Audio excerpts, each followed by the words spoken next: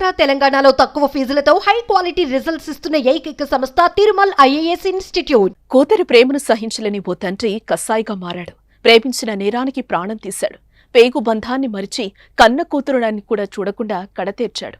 మృతదేహాన్ని పట్టణ శివారు ప్రాంతానికి తీసుకెళ్లి పెట్రోల్ పోసి నిప్పంటించాడు. ఈ అమానవీయ ఘటన అనంతపురం జిల్లా గుంతకల్లో చోటు చేసుకుంది.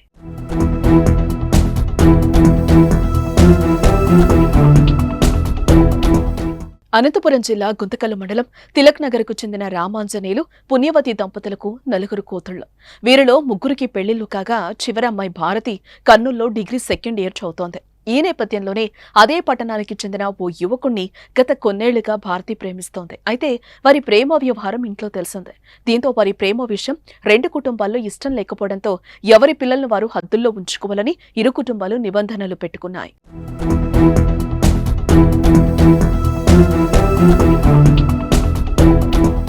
ఇలా కొన్ని రోజుల పాటు దూరంగా ఉన్న ఇద్దరు ఒకరిని విడిచి మరొకరు ఉండలేకపోయారు. ఈ నేపథ్యంలోనే చాటుమాటుగా కలిసేవారట. అయితే ఈ విషయం భారతి తండ్రికి తెలియటంతో కోపంతో ఊగిపోయాడు. వారిద్దరూ తరచూ కలవడాన్ని సహించలేకపోయాడు. ఇలా కోపంతో ఉన్న తండ్రి భారతిని చంపేశాడు.